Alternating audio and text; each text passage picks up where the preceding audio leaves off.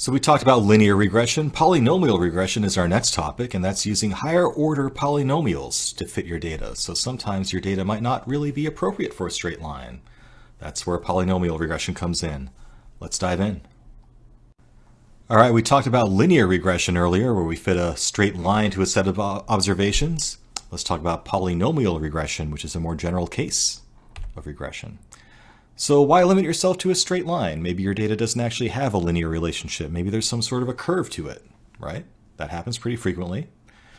Not all relationships are linear, but the linear regression is just one example of a whole class of regressions that we can do. So if you remember, the linear regression line that we ended up with was of the form y equals mx plus b, where we got back the values m and b from our linear regression analysis from ordinary least squares, or whatever method you choose.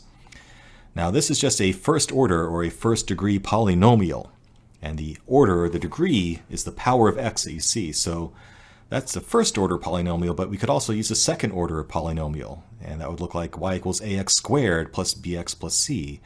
And if we were doing a regression using a second order polynomial, we would get back values for a, b, and c. Or we could do a third order polynomial that has ax cubed plus bx squared plus cx plus d. And the higher orders that you get, the more complex the curves you can represent, right? So, the more powers of x you have blended together, the more complicated shapes and relationships you can get. But more degrees isn't always better. Usually there's some natural relationship in your data that isn't really all that complicated. And if you find yourself throwing, very large degrees at fitting your data, you might be overfitting, okay? So if you have data that's kind of all over the place and has a lot of variance, you can go crazy and create this line that just like goes up and down to try to fit that data as closely as it can. But in fact, that doesn't represent the intrinsic relationship of that data. It doesn't do a good job of predicting new values. So always start by just visualizing your data and think about, how complicated does this curve really need to be? Now, you can use r squared to measure how good your fit is, but remember, that's just measuring how well this curve fits your training data, the data that you're using to actually make your predictions based off of. It doesn't measure your ability to predict accurately going forward. Later on, we'll talk about some techniques for preventing overfitting called train test, but for now, you're just going to have to eyeball it and make sure that you're not overfitting and throwing more degrees at a function than you need to. This will make more sense when we do an example. Fortunately, NumPy has a polyfit function that makes it super easy to play with this and experiment with different results. So let's go take a look. Time for fun with polynomial regression. I really do think it's fun, by the way. It's kind of cool seeing all that high school math actually coming into some practical application. Go ahead and open the polynomial regression IPython notebook, and let's have some fun.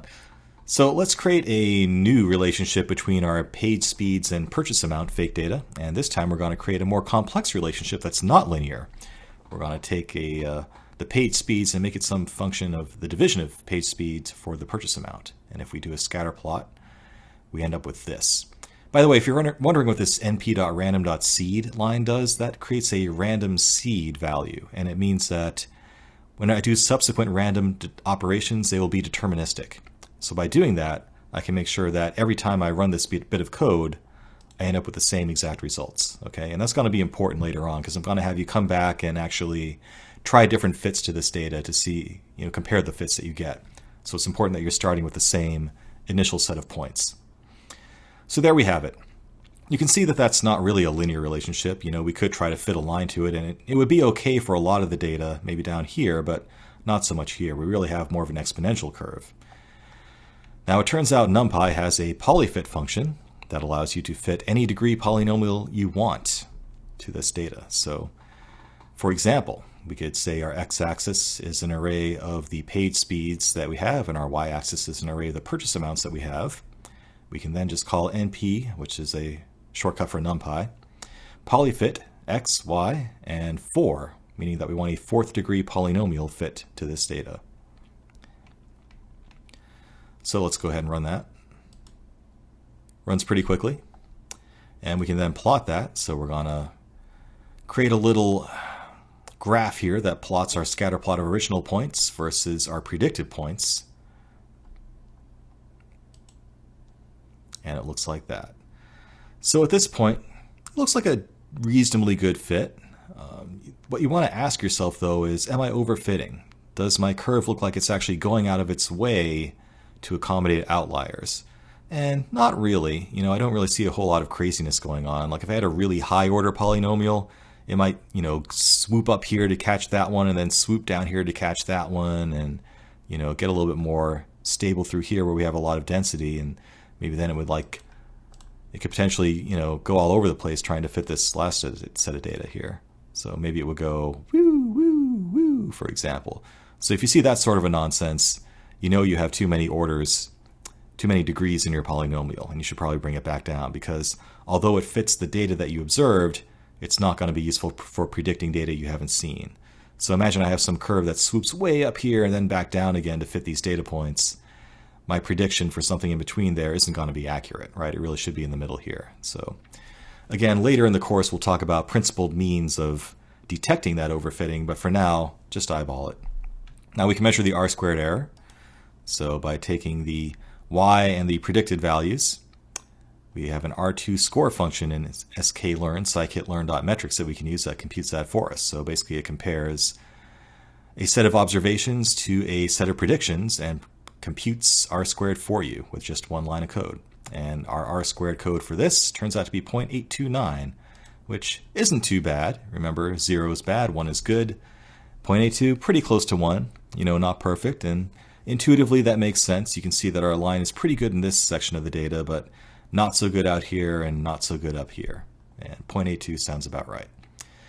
So I want you to get down and dirty with this stuff. Try different orders of polynomials. So go back up here to where we ran the polyfit function and try different values there besides 4. You could use 1 and that would go back to a linear regression, or you could try some really high amount like 8 and maybe you'd start to see overfitting. So see what effect that has. You're going to want to change that. For example, let's go to a third degree polynomial. Just keep hitting run to go through each step, and you can see the effect it has. So our third degree polynomial, definitely not as good of a fit. And if you actually measure the R-squared error, it's actually worse quantitatively. But if I go too high, I might start to see overfitting. So just have some fun with it, play around with different values, and get a sense of what different orders of polynomials do to your line, to your regression. And go get your hands dirty and try to learn something. So that's polynomial regression. Again, you need to make sure that you don't put more degrees at the problem than you need to. Use just the right amount to find what looks like an intuitive fit to your data. Too many can lead to overfitting, too few can lead to a poor fit. So you can use both your eyeballs for now and the R-squared metric to figure out what the right number of degrees are for your data. Let's move on.